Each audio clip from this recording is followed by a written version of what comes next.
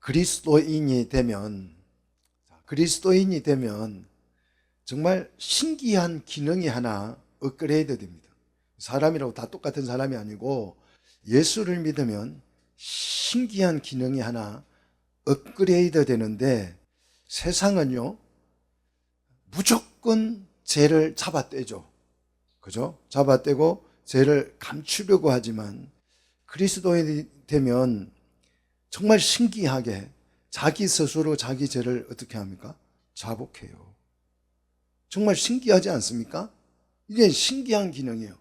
자, 세상 다 우리가 살아가지만 똑같은 모습으로 똑같은 형태로 살아가는 것 같아도 그리스도인이 되면 정말 이 신기한 기능이 추가된다니까요. 그리스도인이 되면 스스로 자기 죄를 인정해요. 그리고 고백해요. 자백해요. 세상에 이런 종교가 없어요.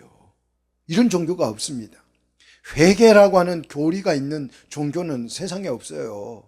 내가 좀 잘못했기 때문에 무슨 이게 뭘 보상을 해야 된다, 그런 인간보적인 그런 사상은 있어도 스스로 자기 죄를 고백하는 그래서 그것이 회개라고 하는 이름으로 교류화된 종교가 없어요. 이건 정말 신기한 일이에요.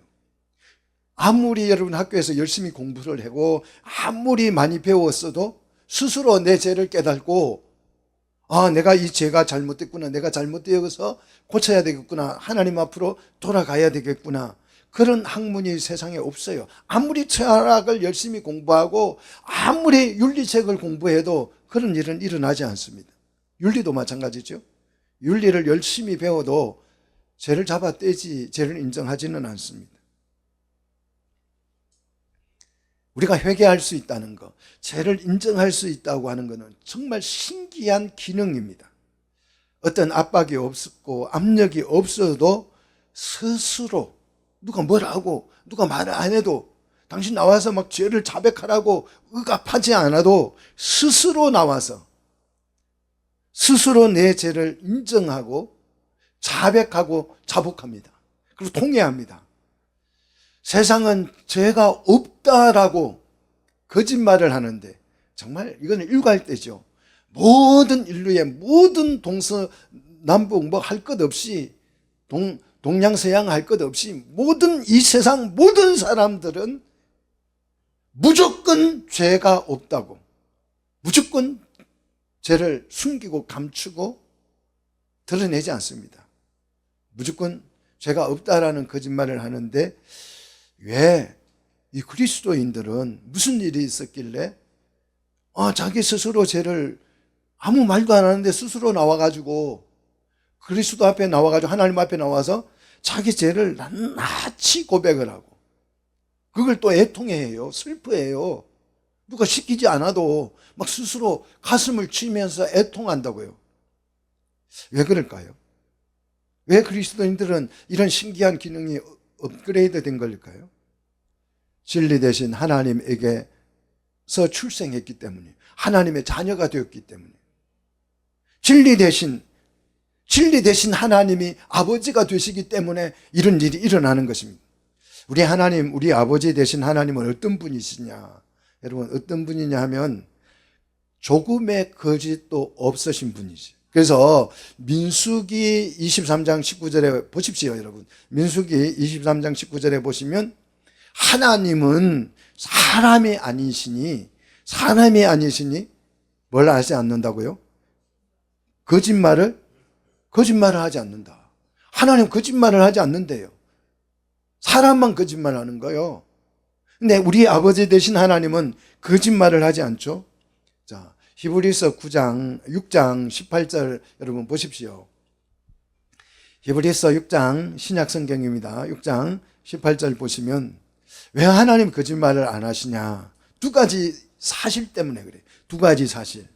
자, 6장 18절에 보면 이는 하나님이 거짓말을 하실 수 없는 이 두 가지 변하지 못할 사실로, 두 가지의 변하지 못할 사실로 말미암아서 하나님 거짓말 안 하니까 우리는 어떤 환경 속에서도 하나님의 말씀을 붙잡으면 소망이 생긴다. 그 얘기를 하는 건데, 하나님이 변함없는 뜻과 하나님의 뜻은, 하나님의 계획은 변함이 없죠. 그리고 우리에게 맹세하신 게 있어요. 내가 너를 구원하리라. 이 맹세한 이 두 가지 사실 때문에 하나님은 거짓말을 할 수 있다, 없다? 없다. 그래서 그분은 십계명에 이렇게 말했죠. 출애굽기 20장 16절에 우리에게 거짓 정언하지 말라. 거짓말하지 말라는 거예요. 이걸 명령으로 내렸어요. 잠언 6장 16절로 19절에 보시면 하나님께서 좀 미워하는 거 연일곱 가지가 있대요. 미워하는 거, 하나님이 정말 좀 싫어하는 거. 하나님 뭘 싫어하는지 보려면 여러분 잠언 6장 16절로 19절에 보면 하나님이 싫어하는 거 연일곱 가지가 나오죠. 하나님이 싫어하는 것 중에 한 가지가 뭐냐 그러면 거짓된 혀. 17절에 보니까 거짓된 혀래요. 하나님 거짓된 혀를 싫어한다는 거죠. 그래서 계시록 21장 8절에 가서 보시면 바쁘시죠? 예, 계시록 21장 8절에 가서 보시면 거짓말하는 자를 어떻게 한다고요? 거짓말하는 자를 어떻게 해요? 불과 유황불에 집어넣는다는 거예요. 그러므로 하나님께로 난 자들, 하나님에 의해 출생한 하나님의 자녀들은 거짓말을 한다 안 한다? 거짓말을 하지 않는다. 그래서 혹시 우리가 거짓말을 할지라도 어떻게 해요? 스스로 교회에 나와서 나 거짓말했어요 하나님 하고 그 거짓된 입술과 거짓된 마음을 하나님 앞에 다 내어놓고 스스로 회개하고 통회하는 것이에요. 하나님은 거짓말을 하지도 않으시고 거짓말을 용납하지도 않으시고 할 수도 없어요. 자, 그렇다면 성경은 누구의 말씀이에요? 하나님의 말씀이에요. 하나님의 말씀으로 기록된 모든 성경은 100% 사실이다. 믿습니까? 100% 진리다. 여러분 성경은 믿고 신뢰해도 괜찮습니다. 이단에 빠지면 막 미치경이가 되죠. 그런데 성경에 빠지면 절대 그런 일이 일어나지 않습니다. 성경을 제대로 이해하고 제대로 배우면 이 성경이 우리의 삶을 정말 놀랍도록 바르게 새롭게 의롭게 만들어 갈 줄로 믿습니다. 성경은 하나님의 말씀의 순결성을 이렇게 설명하죠. 자, 우리 정말 유명한 말씀이죠. 시편 12편 6절이죠. 시편 12편 6절. 가운데 딱 펴면 시편이 나오잖아요. 시편 12편 6절에 보니까 하나님의 말씀은 하면서 설명해요. 하나님의 말씀은 어떠하다고요? 순결한 말씀이다. 순결한 말씀인데 얼마나 순결하냐. 흑도가니에 7번 단련한 못과 같다. 은처럼 정말 불순물의 일도 없더라. 그 말이죠. 하나님의 말씀에 불순물이 끼어 있지 않는 줄로 믿습니다. 그런데 이 말씀을 믿지 못하여서 지금도 그 하나님에게 나지 못한 거짓된 신학자들은 성경의 편집서를 이야기하면서 성경에 혹시 이게 거짓된 사상이 들어와 있지 않는가, 거짓말이 있지 않는가, 사람의 말이 들어있지 않는가, 이렇게 막 헤매고 다니는 신학자들이 있어요. 성경은 하나님의 말씀을 순결해서 흑동안에 7번 단련한 은과 같다고 분명히 기록하고 있는데도 불구하고 잘못된 사상에 빠져가지고 이런 경우가 있다 이 말이죠. 잠언 30장 5절에 보니까, 자, 잠언 30장 5절 보시면 시편 잠언이죠. 보시면 하나님의 말씀은 다 뭐하다? 순전하다 그래요. 순전하다. 자, 우리가 조금 전에 찾아봤던 계시록으로 다시 한번 가서 봅시다. 계시록 22장 18절로 19절 말씀을 보시면 하나님의 말씀은 순결하고 순전하고 어떤 불순물도 끼어 있지 않냐고 온전한 말씀이기에 계시록 22장 18절 19절에 성경에서 뭘 더하거나 빼지 말라는 거예요. 글자 하나나 한자를 더하거나 한자를 빼지 말라. 엄중하게 경고를 합니다. 더하거나 빼지 말라. 저는 이 구절을 성경 보존 명령이다, 이렇게 믿습니다. 성경 보존 명령. 성경은 점 하나도 거짓이 없는 진리인 줄 믿으시기를 축복합니다. 예수님도 성경에 이 100% 진리 사실로 기록된, 진리로 기록된 이 성경의 기록대로 예수님이 어떻게 하셨어요? 십자가에 죽으시고 성경에 기록된 그대로 3일 만에 뭐 하셨다고요? 부활하시고. 이게 사실이에요. 성경에 기록된 대로 예수님은 죽으시고 부활하셨다는 것이. 그래서 부활은 무슨 종교 학설이 아니에요. 무슨 이론도 아니고, 부활은 그냥 역사적 사실이고 그냥 진실일 뿐이에요. 믿습니까? 예, 성경은 무슨 학설이 아니고 소문도 아니고 풍문도 아니고 누군가가 지어낸 소설도 아니에요. 성경은 그냥 역사적 기록이고 사실인 줄 믿으시기를 축복합니다.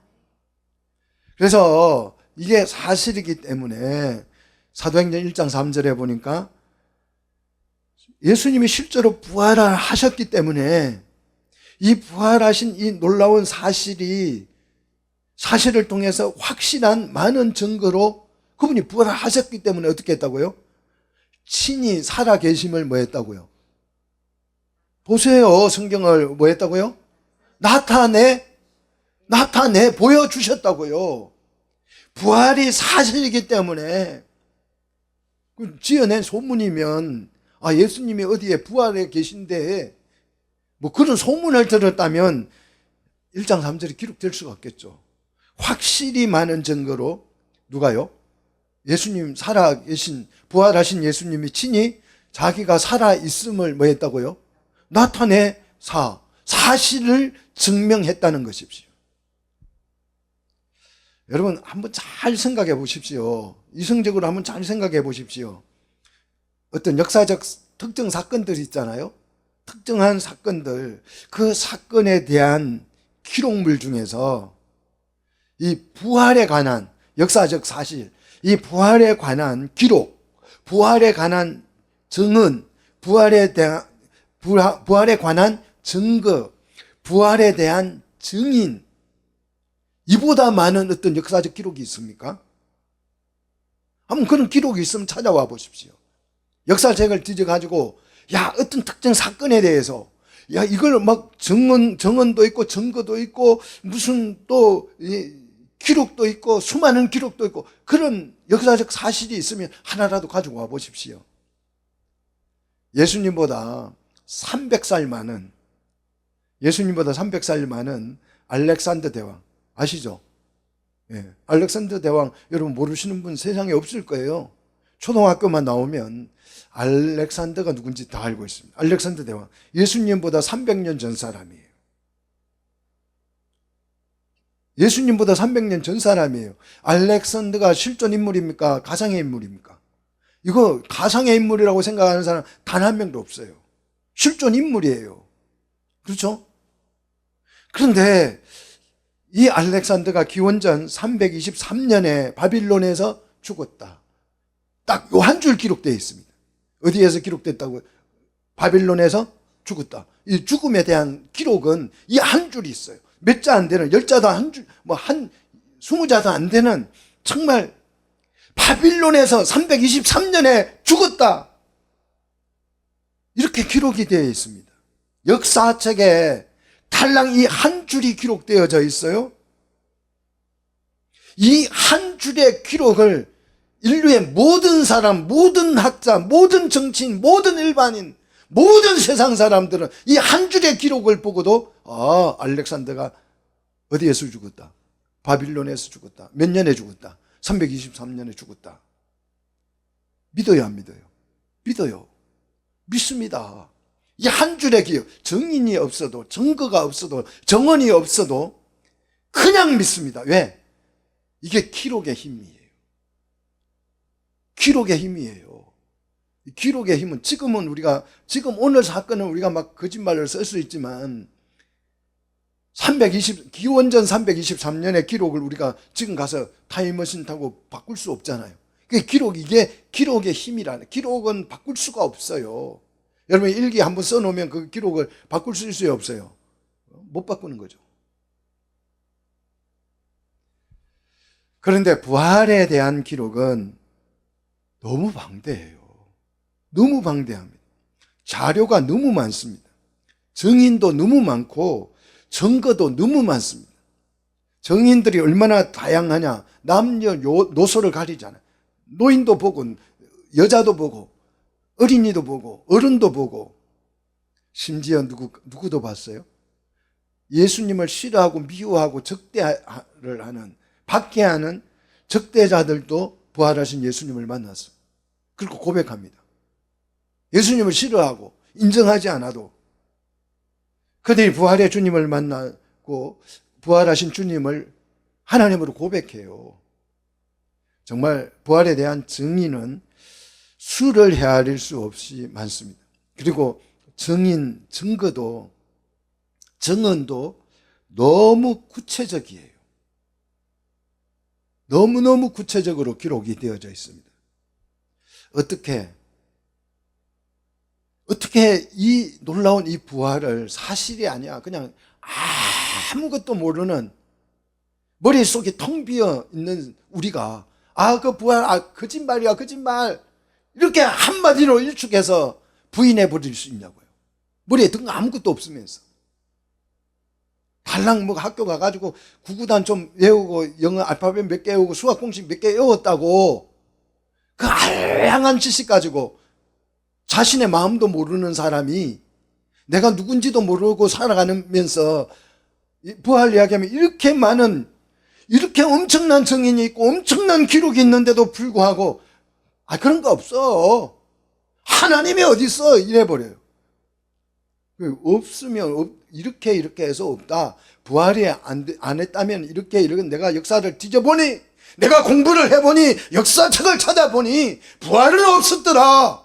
그렇게 말을 하는 것도 아니고 그냥 없대, 그냥 없대. 이게 악하기 때문에 일어나는 현상이에요. 한 줄 기록은, 알렉산더가 323년 바빌론에서 죽었다는 이 기록은 믿으면서 이렇게 많이 역사하며 성경이며 주변의 인물들이며 역사적 기록이며 많은 자료들, 고고학적 자료들이 다 있는데도 불구하고 그냥 없대, 부활 없어, 안 믿어. 그냥 어떻게 이럴 수 있냐고요. 어떻게 이 많은 자료들을 다 덮어놓고 그냥 달랑 내 입술로, 그런 거 없어. 이걸로 끝낼 수 있냐 이 말이에요. 왜 사람들이 이 진리를 말하면, 왜 세상 사람들이 이게 사실이라고 진리를 말하면 왜 믿지 못할까요? 왜 그렇다고 지난주에 제가 설명했잖아요. 거짓의 아비 마귀에게서 났기 때문에, 거짓말을 하기 때문에. 없다는 말이 거짓말이에요. 부활 안 했다는 말이 거짓말이에요. 밑도 끝도 없이 연구도 해보지도 않고 찾아보지도 않고 생각해보지도 않고, 적어도 하나님이 없다고 말하려면 성경 한번 읽어보고 내가 성경 다 읽어봤더니 말도 안 되는 소리더라. 그래서 부정하면 그 사람은 정말 저는 양심가라고 생각을 해요. 그런데 한 번도 읽어보지도 않고 그냥 없어? 이게 끝이야. 없어. 이게 끝이에요. 어떻게 이럴 수 있냐고요. 어떻게 그럴 수 있다고요? 거짓의 아비 마귀에게서 났기 때문에 그럴 수 있는 거죠. 부활하신 예수님이 40일간, 하루 이틀이 아니고 한두 번이 아니고 40일간 부활하신 예수님이, 실제로 부활하신, 무덤에서 나오신 예수님이 며칠간요? 40일간 부활을 증명하고 부활을 검증해 보이고 철저하게 확인시켜 주셨습니다. 내가 부활했으니 밑도 끝도 없이 그냥 믿으라고 종용한 것이 아니에요. 베드로가 와가지고 예수님이 부활할 때 여러분 다 믿으셔야 돼, 이렇게 소문낸 게 아니고 바울이 돌아다니면서 예수님이 부활할 때 여러분 그냥 믿어야 돼. 믿음으로 받아들여. 그냥 믿기만 해. 그렇게 해서 부활을 믿으라고 한 것이 아니고 예수님이 살아나셔서 친히 며칠간요?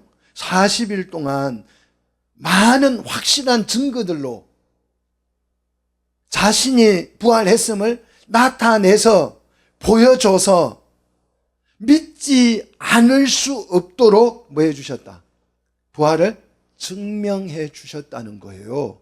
이해되세요? 아무리 의심이 많은 사람도 나는 정말 모든 걸 다 의심하는 데카르트라고 해도 예수 그리스도를 그냥 증오하고 미워하고 예수 믿는 사람도 보기 싫은 그런 사람 있잖아요. 예수님이 너무 싫어가지고 예수를 믿는다는 사람도 싫어해요. 그래서 이 사람은 이 예수님이 너무 싫어가지고 예수를 믿는 사람을 싫어해가지고 그 사람들을 돌로 쳐 죽일 때 자기가 죄가 이 사람의 죽음에 대해서 내가 증인이 되겠다 해서 정언을 했습니다. 증인이 됐어요. 스데반을 돌로 쳐 죽일 때. 그 사람이 누구예요? 사울이에요. 그러니까 이 너무 분이 안 풀려가지고 사도 바울이 자기 유대 가나안 땅에 있는 사람들을 막 예수 믿는 사람들을 죽이고 다녔는데 그게 분이 안 풀려가지고 어디까지요? 이웃 나라까지 외국까지 가서도 예수 믿는 사람 죽이러 어디로 가다가 다메섹으로 가다가 아수르로 가다가 오늘 요즘 시리아로 가다가 부활하신 주님을 만나잖아요. 부정도 할 수 없고 그 부활을 살아계신 주님이 직접 확인시켜 주시고 입증해 보여주시고 증명해 보여주시고 증거로 나타내 보여주셨어요. 그래서 예수님의 부활은 소문이 난 것이 아닙니다. 부활했다 소문이 난 것이 아니고 예수님이 스스로 친히 자기가 부활하셔서 친히 증거로 나타내 보여주셔요. 너무 확실한 증거로. 지금도요, 이란과 전쟁을 하고 있는 이 유대인들은 100% 유대교잖아요. 유대교를 믿잖아요. 유대교인들은 부활하신 예수님만 안 믿어요. 예수님이 역사적 인물이라는 것을 믿어요. 예수님은 역사적 인물이라는 것을 믿고 예수님을 통해서 많은 표적이 일어난 것도 믿습니다. 표적이 일어난 것도 인정을 해요. 그런데 자기들이 역사 속에서 나타난 이 예수를 메시아라고는 안 믿는 거예요. 메시아라고. 뭐로 믿습니까? 귀신의 왕 바알세불. 그냥 미친놈이다. 우리나라 말 미치광이다. 이렇게 생각해요. 이렇게. 지금까지 믿지 않습니다. 정말 2000년간 설득당하지 않는 정말 지독한 사람들, 이렇게 지독해도 이렇게 지독할 수가 없어요. 2000년이 지나도록 그 사실을 덜추어 보지도 않고 말도 꺼내지 않고 그 얘기하면 피하고 그래서 믿지 않는 이 유대인들이 있습니다. 이런 유대인들은요, 어떻게 이 부활의 사실이 너무나도 명확하고, 그 유대 땅에 여러분 혹시 성지순례를 갈 일이 있으면 가보시면 이 유대인들이 자기들 손으로 예수님의 부활한 무덤도 만들어 놓고, 뭐 예수님이 겟세마네 동산에서 기도했다는 그곳에 가서 그 교회도 세워놓고 기념교회도 세워놓고 다 해놨어요. 그래가지고 또 설명도 잘해요. 막 유대인들이 와가지고 여기는 예수님이 가다가 십자가 지고 가다가 여기서 넘어졌어요. 그럼 막 교인들은 아이고 어쨌거나 얼마나 아팠을까 이러면서 또 울어요. 그 사람들 말 듣고. 그런데 그 사람들은 안 믿어요. 안 믿습니다. 그러면서 막 굉장히 관광상품으로 잘 팔아먹어요. 대단하죠. 그런데 부활하신 예수님을 믿어요, 안 믿어요? 안 믿습니다. 얼마나 지독한지. 2000년 동안 그 장사해 먹고 살면서도 안 믿어요. 그들이 하나님의 자녀가 맞다, 아니다. 아니다. 그래서 예수님이 뭐라고 그랬어요? 너희는 독사의 자식이다 그래요. 독사의 자식이 사단의 귀신의 아비, 독사가 사단을 의미하잖아요. 하나님께로부터 난 자는 그럴 수가 없어요. 하나님께로 난 자는, 내가 잘 몰라가지고 예수님을 핍박하고 비난하고 예수님을 죽이고, 조금 전에 말씀을 드렸던 사도 바울은 정말 예수님을 너무너무 싫어했던 사람입니다. 그런데 이 바울이 유대교인 중에서 정말 우리가 말하면 맹신도였습니다. 맹신도. 목숨을 걸고 유대교를 지키기 위해서 애쓰는 이런 핍박자가 어떻게 예수님을 만나가지고 그리스도인이 되었느냐. 도무지 부정할래야 부정할 수도 없고 부인할래야 부인할 수도 없는 부활하신 예수님을 자기 스스로 뭐했기 때문에, 만났기 때문에, 체험했기 때문에, 그래서 도무지 부정할 수 없었어요. 그 기록이 사도행전 9장 3절로 6절에 나오잖아요. 예수 그리스도를 믿는 사람을 죽이러 다메섹으로 가는데 주님, 부활하신 주님이 나타나셔서 사울아 사울아 내가 왜 나를 핍박하느냐. 부활하신 예수님이 직접 사도 바울에게 자신의 부활하신 그 모습을 드러내셔서 증명해 주셨기 때문에 믿지 않을 수가 없었어요. 어떻게 부정합니까, 이걸? 자, 예수님의 제자들이 예수님을 3년 동안 따라다니는데요. 부활을 믿었다, 안 믿었다? 안 믿었어요. 예수님의 십자가의 죽음을 이해했어요, 못했어요? 못했어요. 그런데 어떻게 그들이 부활의 증인이 되었는가? 오늘 본문이 그 과정을 자세히 설명을 하고 있습니다. 36절 보니까, 자, 부활을 믿지 않는 사람들이, 제자가 어느 집에 예수님이 죽고 나서 모여서 이제 앞으로 우리가 어떻게 살아야 할까? 우리가 땅도 배도 다 버리고 주님을 따라와서 이렇게 예수님의 제자가 3년 동안 다 버리고 뭐 다녔는데 이제 예수님이 죽고 없으니까 이제 뭘 하고 살아야 되냐. 그래서 한 방에 모여서 아마 그런 장래의 문제에 놓고 의논을 하고 있었는지 모르겠습니다. 그런데 그 모임 가운데 36절 보니까 친히 그랬어요. 친히 누가요? 예수님이 친히 그들 가운데 서 있었어요. 예수님이 보인 거죠. 갑자기 그 제자들 그룹 속에 예수님이 등장을 짠 하고 나타나서 이렇게 그들을 축복합니다. 너희들 얼굴 보니까 걱정 근심이 되게 많네. 너희에게 평강이 있을지어다. 걱정하지 마, 이 말이죠. 걱정하지 마. 이렇게 축복해 주셨어요. 자, 평강이 있을지어다. 이 평강의, 평화의 메시지, 누구의 메시지입니까? 자, 이사야 52장 7절 한번 보십시오. 이사야 52장 7절. 누구의 메시지입니까? 누가 평화를 공포해요? 메시아가. 그죠? 예. 자, 이사야 52장 7절에 메시아의 메시지. 여러분 메시지 할 때 그거 메시아에서 나온 말이에요. 예? 메시지. 여러분 메시지 보낸다 그러잖아요. 근데 그 메시지라는 말이 메시아에서 나온 말이에요. 그죠?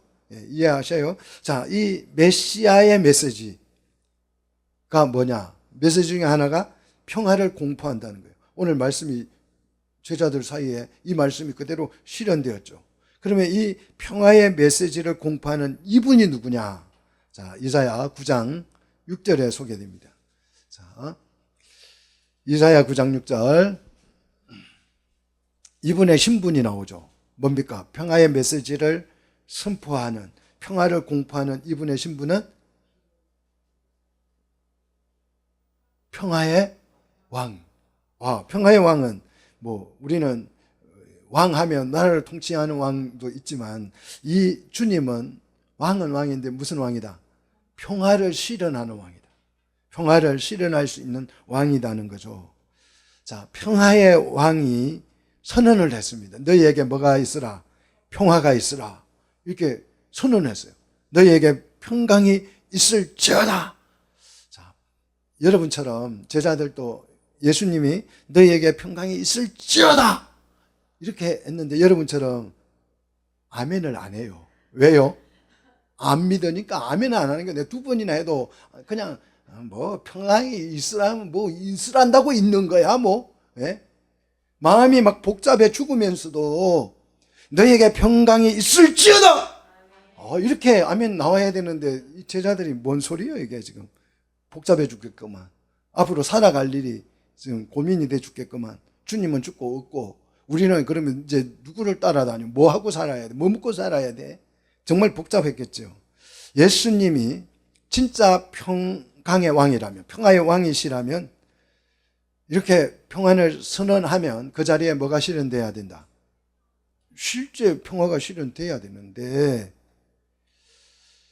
예수님이 제자들에게 평강이 있을지어다 축복하고 선언을 했지만 그 자리에 평안이 실현됐다 안 됐다? 안 되더라. 안 되더라. 아니 평강의 왕이시라며 평화의 왕이신데 왕이 선언하면 그 왕이 왜 권위에 의해서 그 말이 실현돼야 돼요 안 돼야 돼요? 돼야 되는 거예요. 그런데 안 되더라는 거예요. 왜 안 됐냐? 평안이 실현되는 대신에 37절에 그들이 어찌 됐어요? 놀라고 무서워하더라. 아니 평강이 있으라 그랬더니 평화가 있으라 마음이 평안할지어다 이렇게 말했더니 평안은커녕 뭐가 놀라고 무서워했대요. 두려움이 중첩되어져서 나타났습니다. 놀라움과 두려움이 가중된 거죠. 여기서 이 놀라움이라고 하는 것은 단순한 깜짝 놀라는 게 아니에요. 심히 두려워서 경악할 정도로 공포에 발발 뜨는 상태를 말해요. 아니 평강이 있을지어다 그러는데 너희 마음이 좀 평안해라. 아무 걱정하지 마라. 이렇게 주님이 말씀을 하시는데 그 말을 듣고 오히려 이들은 두려움과 무서움에 붙잡혀 버렸어요. 왜 이 반대의 반응이 나타났을까 하는 거예요. 왜 반대의 반응이 나타났을까요? 평화의 왕이 평안을 선언하면 평화가 실현돼야 되는데 오히려 반대 현상이 일어났어요. 왜 그럴까요? 이 반응이 진짜 반응이에요. 당연한 반응이에요. 예를 들어서 여러분 부모님이 돌아가셨어요.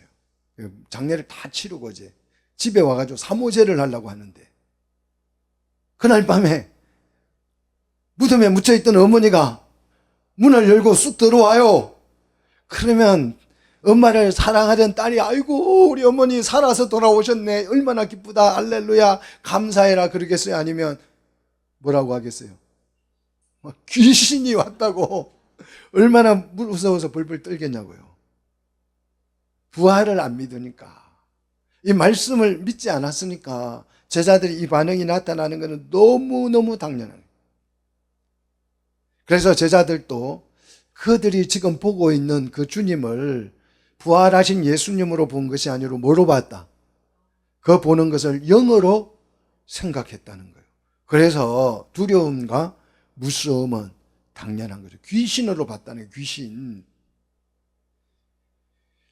제자들은 왜 부활하신 예수님을 보고도 놀라움과 두려움에 붙잡혔는가? 이 두 가지 엇갈리는 감정 반응이 왜 나타났느냐? 성경대로 죽으시고 성경대로 부활하신다는 말씀을 믿지 않았기 때문에 그런 거예요. 그래서 이제 38절에 예수님이 묻습니다. 평강을 선언했지만 당장 평강이 실현되지 않는 이유를 설명하기 위해서 38절에 예수께서 이렇게 묻잖아요. 예수께서 이러시되 어찌하여 두려워하느냐? 어찌하여 마음에 의심이 일어났느냐? 뭐에 대한 의심? 말씀에 대한, 부활하신다는 말씀에 대한 의심이 일어났다 이거예요. 이 두려움은 어디서 왔다고요? 놀라움과 두려움은 어디서 왔다고요? 의심에서 왔다는 거예요. 의심 때문에 우리 속에 의심이 잠재하고 있기 때문에 하나님의 말씀이 말씀으로 들린다 안 들린다? 안 들린다. 그래서 너희는 마음에 근심하지 말라 그러는데도 계속 근심해요. 왜? 말씀을 의심하기 때문에, 안 믿기 때문에. 모든 염려를 주께 다 안 맡겨요. 절대 안 맡겨요. 막 살려주세요, 살려주세요. 막 걱정이 돼 죽겠어요. 그러면서도 안 맡겨요. 왜요? 의심이 생겨가지고, 의심에 붙잡혀가지고. 의심은 실제 부활하신 예수님을 보고도 믿지 못하게 만들었습니다. 의심은 두려움에 잡혀 실제 평화를 누리지 못하게 만들었습니다. 평안을 선언해도 믿지 못하고, 이들이 왜 두려움에 잡혔느냐? 다른 게 없습니다. 그냥 의심 때문에 그랬어요. 마가복음 11장 23절에 마음에 의심하지 아니하면, 의심을 하지 않는다면, 마음에 의심하지 않는다면 말씀이 어떻게 된다? 그대로 된다. 믿습니까? 말씀이 그대로 된다는 거예요. 의심을 버리면 의심을 버리는 그 자리에서 뭐가 시작돼요? 믿음이 시작되는 것입니다. 말씀이 실제가 돼요. 하나님의 말씀이 실제가 된다고요. 하나님의 말씀이 산을 명하여 바다에 던지라 하면 어떻게 된다? 그대로 된다. 오해해가지고 내가 산을 명령하면 산이 바다에 던진다는 말, 하나님의 말씀이 그렇다는 거예요. 하나님의 말씀이 산 보고 바다에 들어가서 풍덩 빠지라 그러면 산이 어찌 된다고요? 풍덩 빠진다. 실제로 돼요, 안 돼요? 돼요. 역사적으로 있잖아요. 폼페이 이런 바닷속에 다 가라앉았잖아요. 말씀대로 되는 거요. 안 되는 게 아니에요. 되는 겁니다. 내가 말하면 안 되죠. 내가 북한산아 동해 바다에 가라 그러면 북한산이 뭔 소리요? 네가 누구? 이러지. 하나님의 말씀이 그렇다요. 말씀을 믿으면 말씀 그대로 된다 안 된다? 믿으시기를 축복합니다. 예. 제자들은 의심 때문에 부활하신 주님을 눈으로 보고도 뭘로 착각했다? 영으로 착각했다. 귀신으로 착각했다. 이게 의심입니다. 그래서 예수님은 내가 영이 아니고 귀신이 아니고 부활하신 예수야. 부활하신 예수라는 사실을 제자들에게 다시 증명하기 위해서 39절에 이렇게 말합니다. 내 손과 발을 보고 나인 줄을 알라. 내 손과 발을 한번 봐. 자, 손과 발에는 뭐가 있어요? 못자국이 있죠. 3일 전에 못을 박혔으니까 못자국이 있을 거 아니에요. 그죠? 그 못자국은 십자가에 못 박혀 죽은 누구다? 예수임을 뭐 하는 거예요? 증명하는 증거잖아요. 증명해주는 증거잖아요. 그죠? 너무나도 분명한, 우리가 따르고 믿고 의지하던 죽었던, 우리가 직접 매장을 했던 그 주님이 살아나셔서 부활했다라는 확실한 증거가 손에 못자국, 발에 못자국이다 이 말. 이것도 좀 부족해 보여요. 보는 걸, 못자국을 보여주는 것만으로도 부족할 것 같아서 더 깊숙이 증명해 주죠. 또 나를 뭐해라? 만져보래요. 만져보래. 예수님의 몸을 만져보래요. 막 꼬집어보고 두들겨 이렇게 쥐어박아보고 만져보래요. 직접 만져보면 그게 뭐다? 영이 아니고 환상이 아니다. 그걸 확인할 수 있잖아요. 그래서 영은 살과 뼈가 없으되, 우리가 귀신은 뼈가 살이 없잖아요. 영은 없잖아요. 근데 너희 보는 바와 같이 나는 있다. 살과 뼈가 있다. 그러니 나는 무덤에서 다시 살아나온 뭐다? 부활하신 예수다. 이걸 증명해 준 거 아니겠어요? 이렇게 직접 만져보고 확인을 해봤다면 믿어야 되겠죠. 이 정도 해주면 이제 부활하신 주님 믿어야죠. 이 정도 해줘도 안 믿으면 어떻게 해요? 이 정도 해도 안 믿으면 어떻게 하겠어요? 못 믿는 거죠. 이렇게 해도 못 믿으면. 그래서 제자들은 예수님의 손에 못자국과 발에 장자국을 만져보고 예수님을 막 꼬집어보고 예수님을 밀어보고 막 옷도 덜 추워보고 막 얼굴도 꼬집어보고 막 머리도 당겨보고 아무튼 이렇게 해서 실제 예수님이 부활했다는 그 영이 아니라는 사실을 알기는 알았습니다. 그런데 부활하신 예수님을 믿었다 안 믿었다? 그래도 안 믿더라. 40절 이 말씀을 가지고 손과 발을 보이시나 너무 부활의 증거가 너무 명확해서 부활하신 사실이 너무나도 명확하고 확실해서 너무너무 확실해서 이번에는 왜 못 믿었다? 너무 기뻐가지고 부활하신 예수님 너무 기뻐가지고 이게 믿기지 않는 거예요. 믿기지 않아. 너무 부활했다는 사실이 너무 사실이어서 너무 기뻐가지고 못 믿겠다는 거예요. 자, 이 악한 인간들이 예수 하나님을 못 믿을 이유는 만 가지도 더 됩니다. 1000만 가지도 더 돼요. 그냥 안 믿어요. 그냥 안 믿어. 덮어놓고 안 믿어요.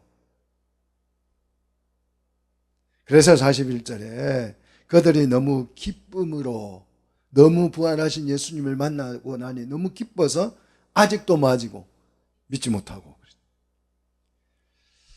부활하신 예수님을 확인하고 나니 너무 기뻐서 이게 꿈이냐 생시냐 자기를 못 믿는 거예요. 부활하신 예수님이 오셔서 만져보니까 사실이에요. 근데 내 마음이 너무 기뻐가지고 내가 꿈을 꾸고 있는지 생시인지 그걸 몰라가지고 이번에는 너무 기뻐서 못 믿겠다. 믿지 못하다는 거죠. 이렇게 믿지 못하고 놀랍게 여기실 때 제자들이 놀라워할 때에 부활하신 예수님은 다시 어떻게 합니까? 여기 무슨 먹을 것이 있느냐? 갑자기 왜 예수님이 밥을 찾아요? 3일 동안 금식했다고 배가 고프신 건가요? 왜 먹을 것이 없느냐? 왜 밥을 찾습니까? 내가 실제로 부활해서 너희들처럼 같이 밥을 먹을 수 있는 부활하신 예수님이라는 사실을 뭐 하려고? 증명해 보여주려고.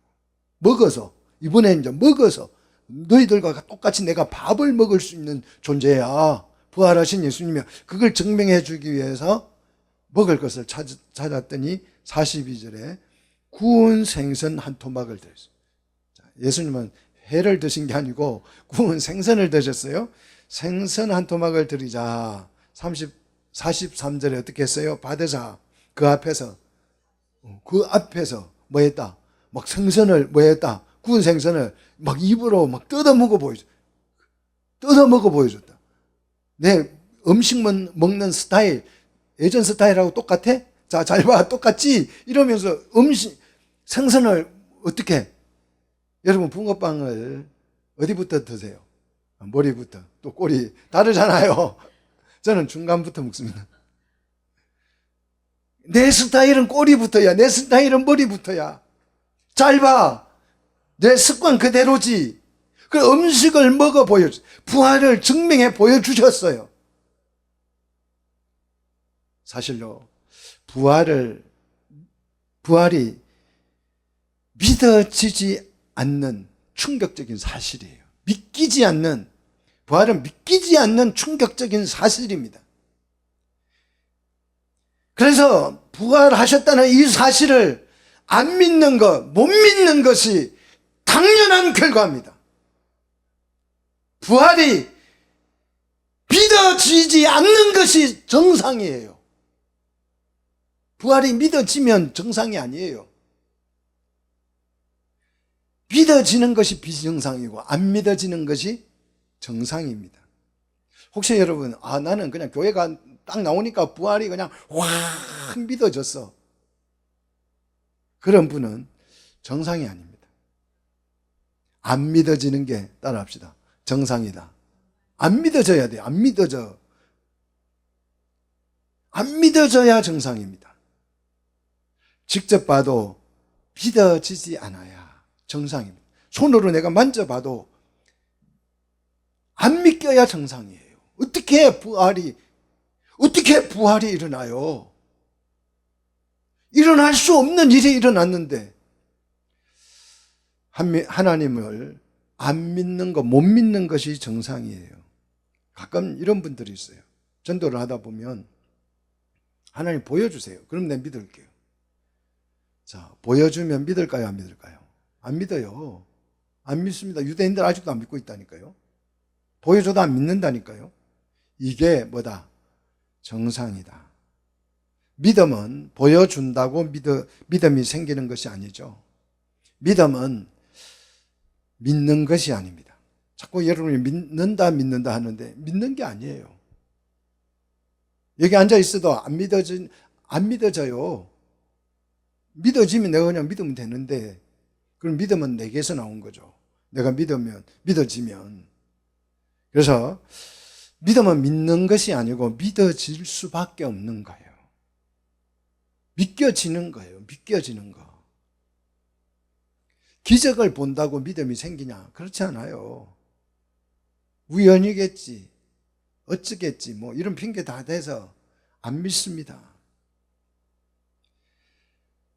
만약에 기적이 믿음을 일으킨다면요, 우리는 매일 기적을 경험하고 있잖아요. 기적이에요, 기적. 우리 삶 자체가. 여러분 항상 상상을 해보십시오. 이 우주 공간은 너무너무 크죠. 아파트 몇 채 정도 크기가 있는 게 아니고, 도시 몇 개가 있는 게 아니고, 어마어마한 별들이, 지구보다 훨씬 큰 별들이 막 우주 공간에 그냥 막 바닷가에 모래처럼 많이 있어요. 그게 막 돌아다니고 막 회전을 하고 난리구슬 치고 있어요. 예? 그 우주 공간에 이 눈끝만한 내 심장이 하나 있고, 그 심장이 팔짝팔짝 뛰고 내 생명을 유지하고 있다는 이 자체가 기적입니까? 기적 아닙니까? 기적이에요. 여러분, 개미 심장을 봤어요? 심장이 있는지 아무튼 개미가 무슨 심장이 있는지 없는지 어떻게 해가지고 기능을 하고 돌아다니는 거 봐요. 얼마나 정교한지. 그 작은 개미 안에, 큰 개미 말고 아주 작은 개미 있잖아요. 그게 뭐 신기한 기능을 하고 다니는 거 봐. 기적이잖아요. 봄이 돌아오면 나무 잎이 핀다는 거 기적 아니겠어요? 기적을 보고 우리가 믿는다면 당장 믿어야 되겠죠. 우리 삶 자체가 기적이잖아요. 내가 살아있다는 자체가. 내가 뭐 글을 읽고 머릿속에 뭔가 생각을 집어넣고 하는, 이것도 기적이에요. 어떻게 이런 일이 일어나요, 내게? 원숭이처럼 살아가지 않고, 앞뒤가 뭔지 다람쥐처럼 뭐 고양이처럼 뭔지도 모르고 살아가는 게 아니고, 뭔가를 생각하고 하나님을 알고 하나님을 믿고 찬양하고 뭐 노래를 만들고 예술을 만들고 과학을 만들고 발전을 시키고, 이런 인간에게만 일어나는 엄청난 기적이잖아요. 생명체가 얼마나 많은데 인간만 할 수 있는 엄청난 기적이 우리 가운데 일어나고 있는 줄로 믿습니다. 근데 이걸 기적으로 인정 안 해요. 그냥 자연스러운 거지. 이렇게 취급해 버린다니까요. 하나님 보여준다고, 기적이 일어난다고 하나님을 믿는 것이 아닙니다. 믿음은 어떻게 생기느냐? 부활하신 주님을 직접 만져보고, 직접 눈으로 보고, 음식을 먹어 보인다고 믿음이 생기는 것이 아닙니다. 믿지 못하는 제자들이 어떻게 우리 예수님을 믿을 수밖에 없었는가? 부활하신 예수님을 믿을 수밖에 없었는가? 그게 이제 44절에 소개되고 있죠. 44절. 또 이르시되 내가 이렇게 만져보고 확인해보고 증명해 보여주고 음식도 먹어보고 다 하고 난 후에 44절에 또 이르시되 내가 너희와 함께 있을 때, 3년 동안 같이 있을 때에 너희에게 말한 바는 너희에게 지금까지 열심히 가르친 바, 내가 이거 얘기하지 않았니? 너희와 3년간 같이 있으면서 내가 이 말 하지 않았니? 살아있을 때 내가 너희에게 가르쳤던 그 말들을 한번 생각해 봐. 내가 무슨 말을 했었지? 뭘 가르쳤지? 예수님이 제자들에게 뭘 가르쳤어요? 자, 곧 모세의 율법과, 구약성경이죠, 모세오경이죠, 선지자의 글과, 선지서들이죠. 모세오경 뒤에 선지서가 쫙 나오잖아요. 그리고 시편이 나오잖아요. 이 시편에서 나를 가리켜 기록된 모든 것이 이루어져야 하리라 한 말, 그렇게 가르쳤던 내용이 이거였어. 이게 뭡니까? 부활이죠. 내가 부활을 가르쳤던 거 아니니? 3년 동안 내가 부활을 가르쳤어. 3년 동안. 성경은 전부가 예수님의 죽음과 부활에 관한 기록들이죠. 그래서 평소에 예수님은 눈만 뜨면 제자들에게 이 죽음과 부활을 가르쳤습니다. 그래서 여러분이 성경을 배우셔야 돼요. 믿음이 생기려면 성경을 읽고 배우시면 믿음이 생기게 되어 있어요. 그런데 배우는 것으로 믿음이 생기느냐? 그럼 열심히 가르쳤으면 믿음이 생겼어야지. 생겼다 안 생겼다? 성경을 배웠는데도 생겼다 안 생겼다? 안 생기더라. 그러면 언제 믿음이 생기느냐? 45절 보십시오. 그렇게 성경을 다 가르치고 난 다음에 믿음이 생기려면 이 작업이 일어나야 돼. 45절. 이에 그들의 마음을 어떻게 했다고? 마음을 여셨다. 의심으로 꽉꽉 차워진, 거짓으로 꽉꽉 메워져 있는 그 마음을 주님이 어떻게 했다고요? 활짝 열어 제켜서. 이 마음을 누가 열었어요? 그들의 마음을 누가 열었어요? 예수님이 열었다고. 예수님이. 마음은 내가 연다고 열리는 게 아니죠. 예수님이 마음을 열어주셔야 마음이 열릴 줄로 믿습니다. 오늘 여러분의 마음을 열어주시기를 축복합니다. 자, 예수님이 마음을 열어서 어떻게 했습니까? 뭘요? 가르쳤던 성경을 깨닫게 해주셨다. 오늘도 여러분 우리 이장로님과 함께 성경을 공부하셨죠? 공부하고 그냥 끝, 아무 의미 없어요. 마음을 주님이 여셔서 그 배운 말씀을 뭐하게 해주실 때 깨닫게 해주죠. 제가 아무리 설교를 논리적으로 합리적으로 웬만하면 그냥 바보라도 제 설교를 들으면 하나님 살아계시구나 이거 믿을 수 있도록 제가 누구보다도 합리적으로 설교를 하고 있어요. 안 믿을 수 없어요. 그런데 그걸로 믿어지는 게 아니에요. 주님이 오셔서 배운 말씀을 이해시키기 위해서 마음을 열어서 성경을 어떻게 해줄 때? 깨닫게 하실 때. 요 깨닫게 하시고 이해하게 하시고 이 말이에요. 전체를 깨뚫어 보다라는 의미예요. 이 깨닫게 하시고 성경 전체를 깨뚫어 보게 하다. 저는 정말 이걸 믿어요. 저는 공부를 많이 한 사람이 아니에요. 그냥 기껏 신대원에 가서 공부한 정도예요. 3년 신대원 가가지고 3년 일반 대학원은 그냥 한 이틀만 가면 되더라고. 근데 총신대학원은 월화수목금까지 꼬박 가야 돼요. 그것도 8시간 공부해야 돼요.